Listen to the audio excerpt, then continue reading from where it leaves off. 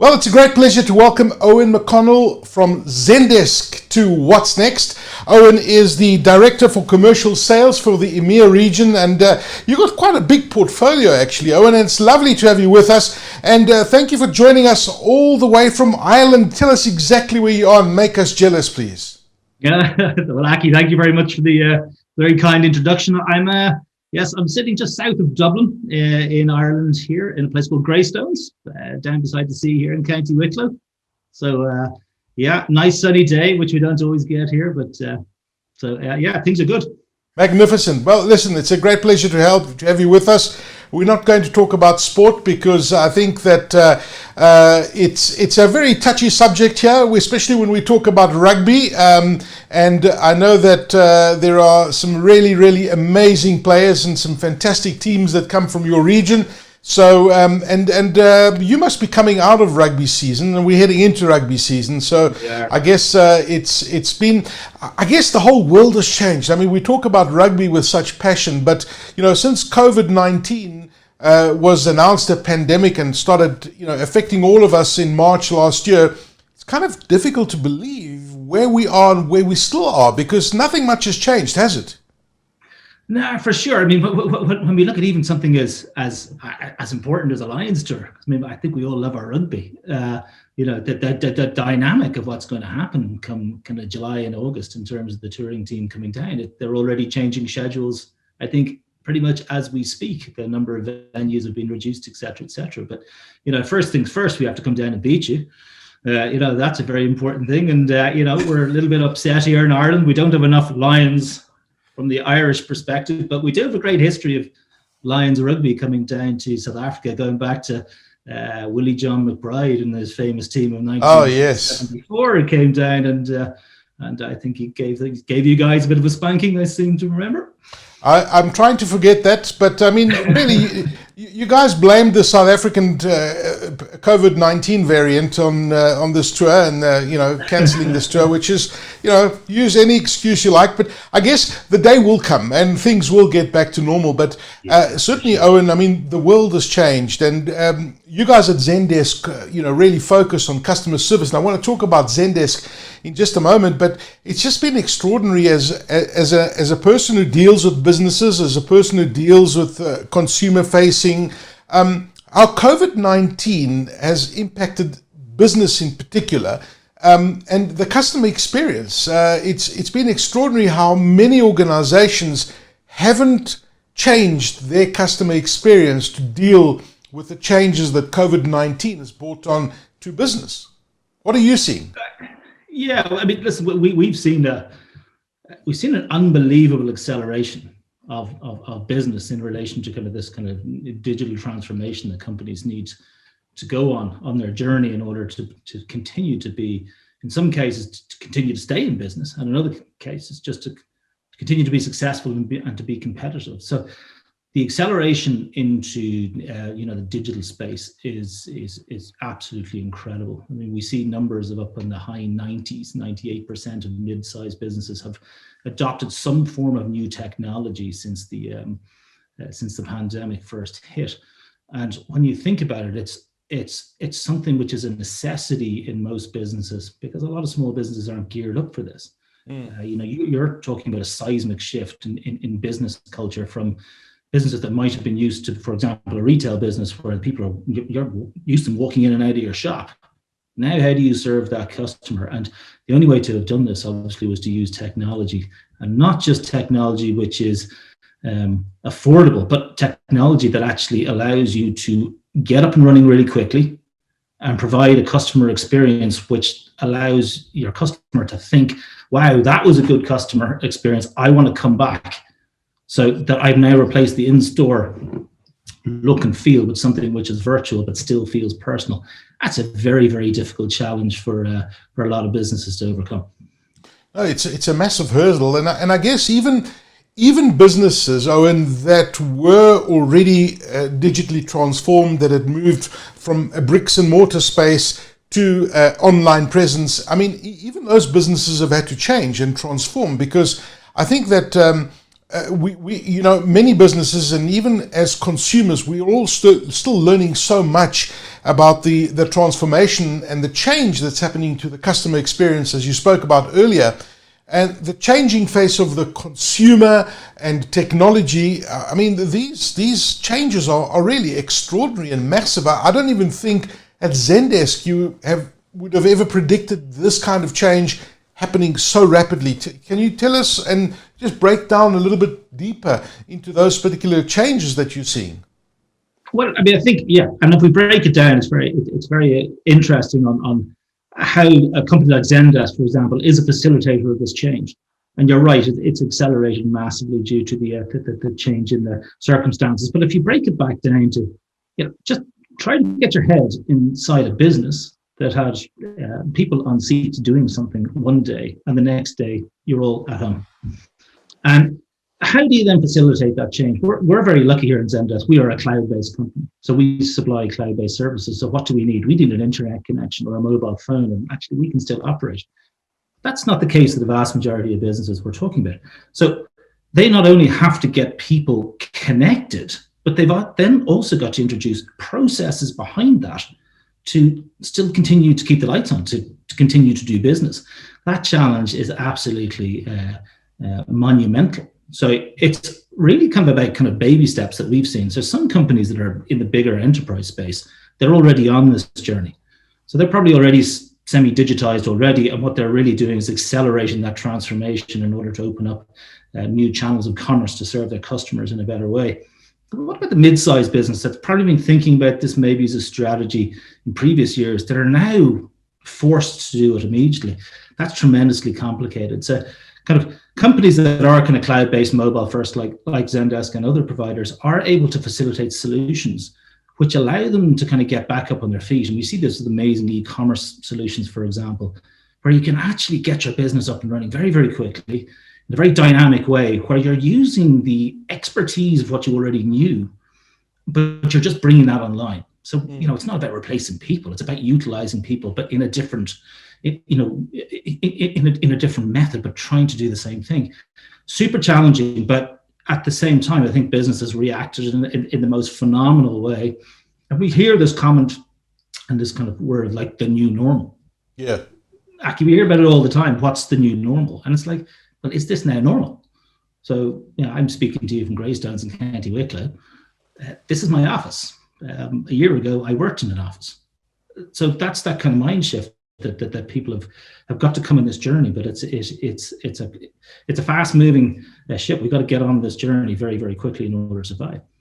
Owen, tell us a little bit about Zendesk. I mean, how did you guys start? I mean, what exactly do you do in the customer experience journey, and how do you help organizations and businesses scale up to meet this demand that we've been talking about?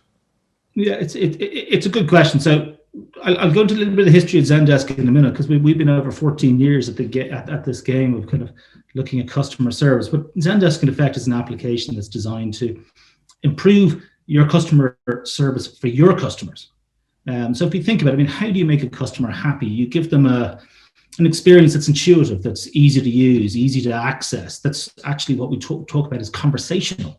So at Zendesk, our technology allows your customer to message with you on the channel of their choice. And we'll talk about channels in a little bit, Aki. But what we're really then trying to do is to aggregate all of these customer interactions into a single agent workspace, so that an agent has all the information they need to give a good quality customer service experience to their customers. You may have kind of heard of this kind of idea of kind of the 360-degree view of the customer. So Zendesk kind of at the forefront of this kind of cloud-based messaging technology. And if we think of the past, Aki, we think of kind of the days of communication, which is just via kind of phone and email. Those days are over. And the pandemic has really highlighted this. We live in a mobile-based, smartphone kind of driven environment where we've got to get to the point where we're talking to the customers where they are. And that's the fundamental shift. And if I think of one technology that really tells us about that, WhatsApp would be a really good example of that. Yeah. WhatsApp is a great technology that people use to talk to each other in a social level. You create your groups, you have great fun in most cases on it, and it becomes also a very important communication tool. How many businesses have now adopted WhatsApp for their own business to serve their customers? Why did they do that? Because their customers are already using WhatsApp. And so this is the shift that we see, where we need to talk to our customers where they are. And that is the key to the success of Zendesk.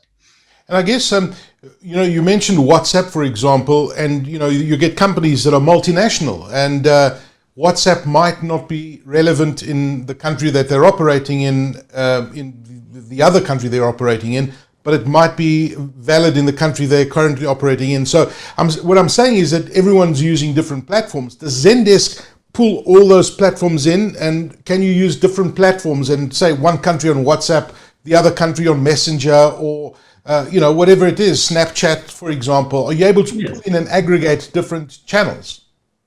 Absolutely, and I think that is the key for businesses as they scale. And as you say, if they're working in multiple jurisdictions where you might have one messaging app being more prevalent in one region to another, absolutely. And this is the key to providing, I would say, localized customer service, but on a global scale. Because you've got to meet the challenge wherever that challenge lies, because at the end of the day, you're still serving the most important thing, which is your customer. So when we think about that, Aki, if you think about how do we do this? So if we give a customer experience at the front end, so think of coming into a company's website, I don't know, something like, let's say, a mobile phone company. When you go into that website, what are you trying to do if you have a problem? You're trying to solve it. So kind of here at Zendesk, we're surfacing information that hopefully is going to help you self-serve, because nowadays typically people want to fix things themselves. So we have technologies such as good interactive knowledge bases, chat applications that we see on a regular basis, but also then all of the local social channels as well. But what's important about all of that interaction is that it gets taken into a central message, because that allows us then to surface information and be able to respond back on the right channel to the right customer at the right time. And that's a big challenge. But the other side of what is really important about what we do here at Zendesk is not only are we trying to provide an amazing customer experience, that is key to it, but in order to do that, you've got to make sure that the information is available to the systems or the people at the back end. So when we think about a company giving you information, let's say in relation to a mobile phone company, the agent needs to understand who you are as a customer. So we've got to connect our systems into back-end systems so we know who we're talking to, so that we are actually dealing with a single point of data, and we're dealing with customers in an efficient way. When we deal with customers in an efficient way, we get happy customers. And when we get happy customers, our CSAT goes up, our net promoter score, as we would call it, goes up. But also the cost of service for your business actually reduces. So by giving that kind of really kind of personalized customer experience, we know that will not only be good for your brand, but it will also be good for the way that your business is projected within that particular marketplace. That's fascinating. I'm really fascinated about your company because, you've been running for more than a decade, and I guess the way we communicated with customers a decade ago is very different to now, as you've highlighted. Email and calling is that was how it was done before, and today we're using all the different channels, and I guess Zendesk sits right in the middle, bridging the customer and bridging the business and creating this happy medium. And I guess where I'm going with this question is, I imagine that as companies have research and development, this is something that you must be constantly doing at Zendesk, talking to the customers on the other end, seeing what they like, what they don't like, and talking to businesses to try and marry the two together. So you got that equilibrium and that constant flow of happiness, I guess, because customer experience is the most important thing. So is that where Zendesk spends a large amount of their research and development in understanding what the customers actually want? Absolutely. When we talk about customer experience, there's one thing that's kind of that there's a constant. Customers are brand loyal to a certain degree, and we actually know that. And this is kind of a global phenomenon. This isn't even a local phenomenon. If you have more than 2 bad customer experiences with a company, you typically will leave that company. You won't go back. And if you think of the cost that it takes to acquire a customer, why wouldn't you then invest in trying to keep that customer and keep them loyal and keep them talking about you? And here at Zendesk, I said earlier on, Aki, we've been on this journey for 14 years. We have over 100,000 active paying customers, and we're hitting $1 billion in revenue. So this is a big business that is known inside the industry for being what we would call a leader in the Gartner Magic Quadrant. So people very much look up to us to see what are we doing in order to try and solve the next generation of customer service issues. So, we see this journey, and I love the fact that you kind of go back to what I was saying early on about kind of email and phone. That was the traditional channels for the last kind of 20 years, and how we've now had to adopt, thanks to smartphone technology especially, but also the variety of different messaging applications out there, that, we now have this responsibility to, to our customers in over 160 countries to be able to plug in the correct technology and the correct channels in order for them to be efficient within their space. So this provides a lot of complexity, but at the same time, the other thing which is very, very important for the listeners to understand is that what I'm talking about sounds very complex, but actually the beauty of Zendesk actually is its simplicity. It's not kind of might sound a little bit strange, but when I'm talking about plugging in all these different channels and being able to get your agents talking into a single messaging interface, if I was to say to you that, a lot of our customers could be operational in less than 4 weeks, you're probably going to go, really? Wow. But the ability for our infrastructure to scale to whether you're a small business or indeed a many thousands of user type business, we can absorb it all.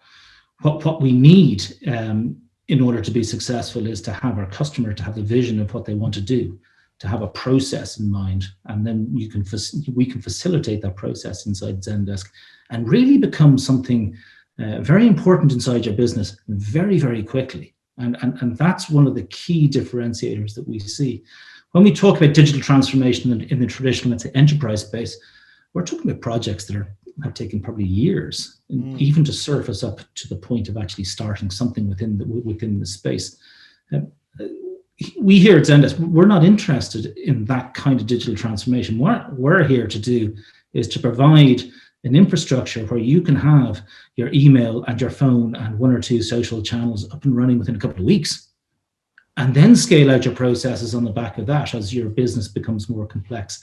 So it's very important for people to understand that this doesn't have to be something which requires, I would call, a massive upheaval. You can absorb this into your business and grow as your business grows on a platform like Zendesk. And I guess as well, as Owen, as I'm listening to you, as a business owner, I can gain tremendous insights into what my customers want that you traditionally wouldn't have had before. The interactions that you talk about, you can use all of that information to streamline your business even further.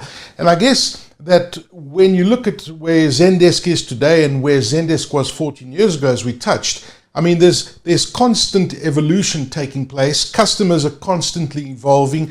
Businesses are constantly evolving. Where do you see this all going? I mean, how is the technology and the customer experience going to change even more going forward? What does it look like for, say, 2022 and beyond with customer experience and Zendesk in particular? Again, it's a really good question, and if I had the crystal ball, I'd give you a very definitive answer. But what we do see is kind of definitely this need in certain areas of business for people to really be able to communicate like you and I are looking at each other now. So things like video, for example, is becoming more and more and more important. So we start to talk about areas like conversational commerce and this idea of not just being,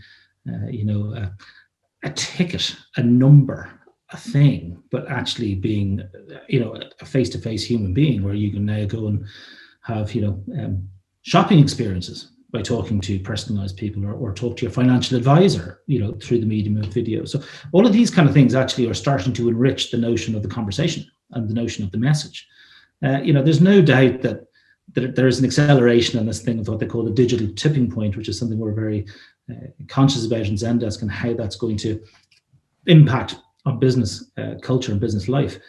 But we've got to make sure that what we're doing is, as I said earlier on, meeting the customer on their terms where they are at any given time. And that's a real challenge, because not every business is the same and every business has a different challenge. And let's think of a simple example. A traditional bank, well, people are used to going in and out of a bank branch. They're used to talking to people that they know inside that environment, and money is always a very sensitive issue. If you look at the explosion in fintech and these online banks, that's for a certain cohort of people. Yeah, typically younger people. They're very mobile first and they're very trusting in these technologies, and they should be, because they're amazing. So how do you get a bank to do that transformation? And that's a real challenge, because they don't necessarily have to. They've got to do what they believe their customers want them to do.